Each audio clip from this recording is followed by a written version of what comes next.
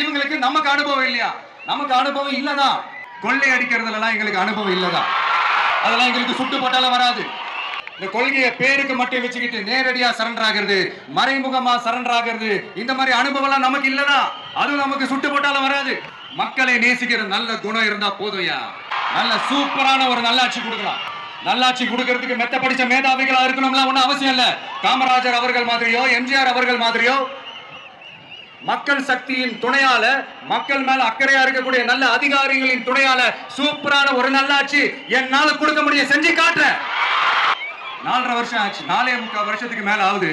இப்போ ஒவ்வொரு வீட்டு கதவையா தட்டி உங்கள் கனவுகளை சொல்லுங்கள், உங்கள் கனவுகளை சொல்லுங்கள், நாங்கள் அதை நிறைவேற்றி காட்டுறோம். இல்ல, ஸ்டாலின் சாருக்கு மக்கள் சார்பா ஒரு கேள்வி. மக்களுடைய கனவு என்னன்னு உங்களுக்கு தெரியுமா சார்? அது சரி, அவங்க என்ன நினைக்கிறாங்கன்னு உங்களுக்கு தெரியாது, அதுக்கப்புறம் எப்படி அவங்க கனவுகளை பத்தி உங்களுக்கு தெரியும். மக்களோட கனவு என்னன்னு நான் சொல்லட்டுமா சார்? 2019, 2021, 2024 இந்த 3 தேர்தலையும் மக்கள் உங்களுக்கு வாக்களிச்சதுக்கு காரணம் நீங்க மக்களுக்கு ஏதாவது நல்லது செய்வீங்கன்னு நம்பிதான். ஆனா நீங்க மக்களுக்கு கொடுத்த பரிசு மக்களுக்கு பாதுகாப்பே இல்லாத மக்கள் விரோத ஆட்சி. அந்த மக்கள் விரோத ஆட்சியை அகற்றிட்டு அந்த இடத்தில் தமிழக வெற்றி கழகத்தை ஆட்சி பீடத்தில் அமைக்கணும் அப்படின்றதுதான் மக்களுடைய ஒரே கனவு. இந்த மக்கள் விரோத திமுக அரசை நிலைக்க கூடாது அப்படின்றதுதான் மக்களுடைய ஒரே கனவு.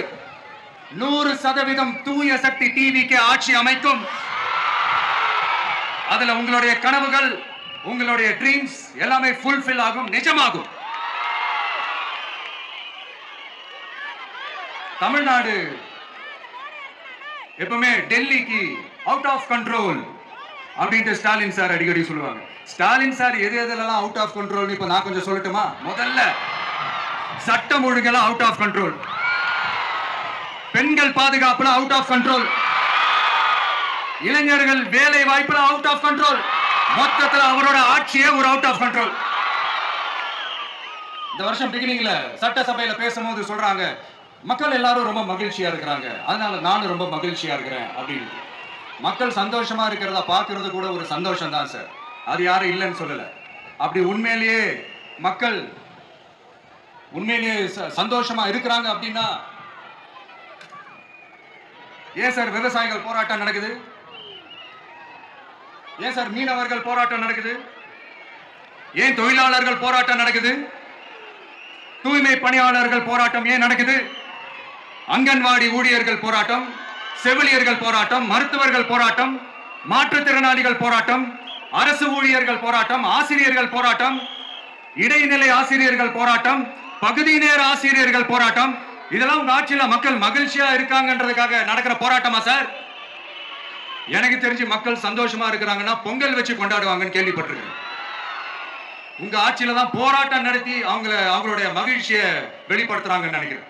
இன்னும் தீரவே தீராத பிரச்சனைகள்னா இருக்கிற இடம் பிரச்சனை, பார்க்கிற வேலை பிரச்சனை, பண்ற தொழில் பிரச்சனை, விலைவாசி பிரச்சனை, தண்ணி பிரச்சனை, பஸ் வசதி இல்லைன்ற பிரச்சனை, ரோடு சரி இல்லைன்ற பிரச்சனை,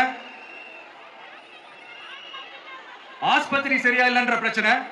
இப்படி எல்லாம் ஒரு அடிப்படை விஷயங்களே பிரச்சனையா இருந்தா அப்ப ஆளுங்கட்சின்னு ஒண்ணு எதுக்குதான் இருக்கிறாங்க அப்படின்னு தானே மனசுல தோணும் மக்களுக்கு. ஆட்சிக்கு வரதுக்கு முன்னாடி தான் பொய் பொய்யா அடிச்சு விட்டீங்க, இப்ப ஆட்சியை விட்டு போகும்போது கூட பொய் பொய்யா பேசுறீங்களே சார், என்ன சார் இது?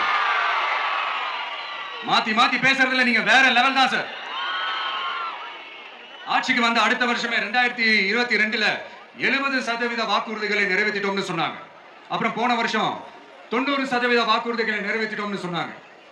அப்புறம் இந்த வருஷம் 505 வாக்குறுதிகளை 404 வாக்குறுதிகளை நிறைவேற்றிட்டோம், கிட்டத்தட்ட ஒரு 80% வாக்குறுதிகளை நிறைவேற்றிட்டோம்னு சொன்னாங்க. முதல்ல 70, அப்புறம் 90, அப்புறம் 80. இன்னும் தேர்தல் நெருங்க அது 60, 50, 40, 30, 20ல போய் நிற்கும்னு நினைக்கிறேன். அதையும் அவரே அறிவிப்பாரா என்னமோ எனக்கு தெரியல. முதல்வர் ஸ்டைல்லயே சொல்லுனா புலுகர் பெருமானே, அது இன்னும் பொருத்தமா இருக்கு. அவருடைய அண்ட புழுகு, ஆகாச புழுகு என்ன தெரியுமா? பெண்களுக்கு பாதுகாப்பு தமிழ்நாட்டில் எங்க போனாலும் கொட்டி கிடக்குதான். அப்படி அது உண்மைனா அண்ணா யூனிவர்சிட்டி அந்த பொண்ணுக்கு ஏன் சார் அப்படி ஒரு கொடுமை நடந்துச்சு? கோவை கல்லூரி பெண்ணுக்கு ஏன் சார் அப்படி ஒரு கொடுமை நடந்துச்சு? பெண் குழந்தைகள் பாதிக்கப்படுறதா கிட்டத்தட்ட 1000க்கும் மேலான போக்சோ கேசுகள் ஏன் சார் பதிவானுச்சு? போதைப் பொருள் கலாச்சாரம் கண்ட்ரோலே இல்லாம அது பாட்டுக்கு தாறுமாற எங்கேயோ போய்கிட்டு இருக்கு. வயலன்ஸ்லாம் தலைவிரிச்சு ஆடுது. அதுக்கு ஒரு ரீசெண்ட் எக்ஸாம்பிள் அந்த ரயில்வே ஸ்டேஷன்ல அந்த சிறுவர்கள் எல்லாரும் சேர்ந்து செஞ்ச அந்த சம்பவம். சட்டம் ஒழுங்கு சரியா இருந்தா ஏன் சார் இப்படி எல்லாம் நடக்குது? சட்டம் ஒழுங்கு சரியா இருக்கணும்னா முதல்ல தமிழ்நாட்டுக்கு ஒரு டிஜிபி வேணும் சார். எங்க சார் போனார் அவரு? எங்க அவரு? சும்மா இந்த ஆக்டிங் ஆபீசரை வச்சுக்கிட்டு அரசாங்கத்தை நடத்துனீங்கன்னா இப்படிதான் சட்டம் ஒழுங்கு சந்தி சிரிக்கும். முதல்ல தமிழ்நாட்டுக்கு ஒரு டிஜிபியை போடுங்க சார். அதுக்கப்புறமாச்சும் சட்டம் ஒழுங்கு சரியாகுதான்னு பார்ப்போம். சரிப்பா, கேள்வியா கேட்கறிய, நீ வந்தா என்ன செய்வ அதானே கேட்கறீங்க. கரெக்ட், கேட்கணும். மக்களோட அடிப்படை தேவைகளை தீர்க்கிறது தான் நம்மளுடைய ஃபர்ஸ்ட் வேலையே. அதை தீர்க்கிறதுக்கான அந்த தேடி போறது, அதோட சொல்யூஷனை தேடி போறது தான் நம்மளுடைய ஃபர்ஸ்ட் அஜெண்டாவே. கொஞ்சம் வெயிட் பண்ணுங்க, தேர்தல் அறிக்கை ரெடி ஆயிட்டு இருக்கு. தெளிவான ஒரு தேர்தல் அறிக்கையாவது வரும். என்ன நம்புற உங்களை நான் டிசப்பாயிண்ட் பண்ணவே மாட்டேன். ஆட்சிக்கு வரணும்ன்றதுக்காக இந்த நடைமுறைக்கு சாத்தியமே இல்லாத இந்த மாதிரி விஷயங்கள் எல்லாம், வாக்குறுதிகளை நான் இன்னைக்குமே கொடுக்கவே மாட்டேன். அதே மாதிரி ஆட்சிக்கு வந்ததுக்கு அப்புறம் கூட அவங்க அது தரல, இவங்க இது தரல அப்படின்லாம் பம்மிக்கிட்டு இல்லாம உங்களுக்காக எந்த எக்ஸ்ட்ரீமுக்கும் போய் நான் போராடவும் தயாரா இருக்கிறேன். அதனால நான் மறுபடியும் இதை நான் ரிப்பீட் பண்றேன். இவ்வளவு நாள் இதை நான் மட்டும் தான் சொல்லிக்கிட்டு இருந்தேன்.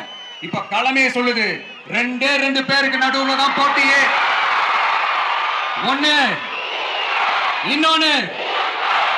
ஒன்னு தூய சக்தி டிவிக்கு, இன்னொன்னு தீய சக்தி டிஎம்கே. இப்ப நம்ம இந்த எலெக்ஷன் விஷயத்துக்கு வருவோம். விஜய் என்னப்பா இவரை மட்டும் தான் எதிர்க்கிறாரு, இவங்களை எதிர்க்க மாட்டேன்றாரு, அவங்கள பத்தி எதுவுமே சொல்ல மாட்டேங்கிறாரு. இல்ல நான் கேட்கிறேன், இது யாருக்கான எலெக்ஷன்? தமிழ்நாடு சட்டசபைக்கான ஒரு தேர்தல். இப்ப இங்க யார் ஆட்சியில் இருக்கிறா? யாரு பொய்யா வாக்குறுதிகளை கொடுத்து மக்களை ஏமாத்துறது?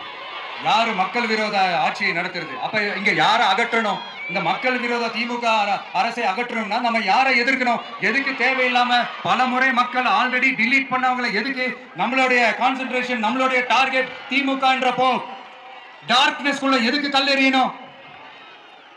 இங்க மக்களை விரும்புற விஜய் வேணுமா, இல்ல மக்கள் விரோத ஆட்சி நடத்துற ஸ்டாலின் சார் வேணுமா? அவ்வளவுதான் இந்த தேர்தல். இதுக்கு நடுவுல வேற யாருமே கிடையாது. புரியுதுங்களா உங்களுக்கு? என் நெஞ்சில் குடியிருக்கும் சேலம் மக்களே,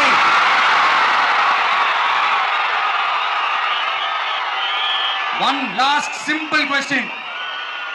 விஜய் நம்புறீங்களா, ஸ்டாலின் சார் நம்புறீங்களா? அவ்வளவுதான், முடிஞ்சு போச்சு. கதம். ஒரு முழக்கம் உங்களை ஒரு நிமிஷம் கூட தூங்க விடாது. இந்த போன லாஸ்ட் வீக் இந்த டிஎன்பிஎஸ்சி இந்த எக்ஸாம்ஸ், இந்த குரூப் 2 எக்ஸாம்ஸ் அதை அனௌன்ஸ் பண்ணிட்டு உடனே அதை கேன்சல் பண்ணிட்டாங்க. இது உலகத்துக்கு எல்லாருக்கும் தெரியும். கேன்சல் பண்ணிட்டு ரொம்ப சிம்பிளா டெக்னாலஜி ஏதோ சம் ஃபால்ட், டெக்னிக்கல் ஃபால்ட் அப்படின்னு சொல்லி அதை கடந்து போயிட்டாங்க. இத்தனை வருஷமா ராத்திரி பகலமா கஷ்டப்பட்டு படிச்சு எப்படியாவது நமக்கு அந்த வேலை கிடைக்காதான்னு அந்த எக்ஸாம்ஸை ஃபேஸ் பண்ண வந்த நம்மளுடைய தம்பி தங்கைகள் எவ்வளவு ஒரு மன உளைச்சலுக்கு ஆளாயிருப்பாங்க. அதை யாராவது யோசிச்சு பாத்தீங்களா? ஒரு எக்ஸாம்ஸை ஒழுங்கா நடத்த தெரியல, இதுல உலக நாடுகளோட போட்டி போடுறாங்களா? நம்மளுடைய தம்பி தங்கைகள் நம்ம அம்மா அப்பா கிட்ட சொல்லுங்க, யாரும் தைரியம், எல்லாரும் தைரியமா இருங்க. வரப்போறது உங்க ஆட்சி, நம்ம ஆட்சி. அதனால இந்த மாதிரிலாம் எதுவும் நடக்காம சமூக நீதிக்கான ஒரு நல்ல ஆட்சியை அமைப்போம். இளைஞர்களின் வேலை வாய்ப்புகளை மனசுல வச்சுக்கிட்டு டிரான்ஸ்பரண்டா அதுக்கான ஒரு தீர்வை காணுவோம். நான் விக்ரமாண்டி மாநாட்டில் பேசும்போது ஒரு பொலிட்டிக்கல் பாம் ஒன்னு சொன்னேன், ஞாபகம் இருக்கா? ஆட்சியிலையும் பங்கு, அதிகாரத்திலையும் பங்குன்னு ஒன்னு சொன்னேன். இப்போ அந்த பொலிட்டிக்கல் பாம் எல்லா கூட்டணியிலையும் வெடிச்சுக்கிட்டு இருக்கு, தாறுமாற வெடிச்சுக்கிட்டு இருக்கு. ஸ்டாலின் சார்லாம் பதறாரு, ஆட்சி அதிகாரத்தில் பங்கெல்லாம் தமிழ்நாட்டில் ஒத்து வராது அப்படின்னு சொல்றாரு.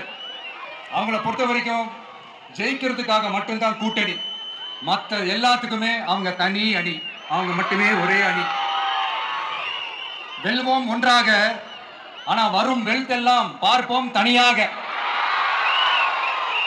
அந்த வெல்வோம் ஒன்றாக என்றது இதுதான் சீக்கிரட். புரிய வேண்டியவங்களுக்கு நல்லா புரியும் நினைக்கிறேன். உங்களோட நான் இருக்கேன், நம்மளோட நம்ம மக்கள் இருக்காங்க. இதுக்கு மேல என்ன வேணும்? கான்பிடென்டா இருங்க, நல்லதே நடக்கும், வெற்றி நிச்சயம். மீண்டும் சந்திக்கும் வரை நன்றி. வணக்கம்.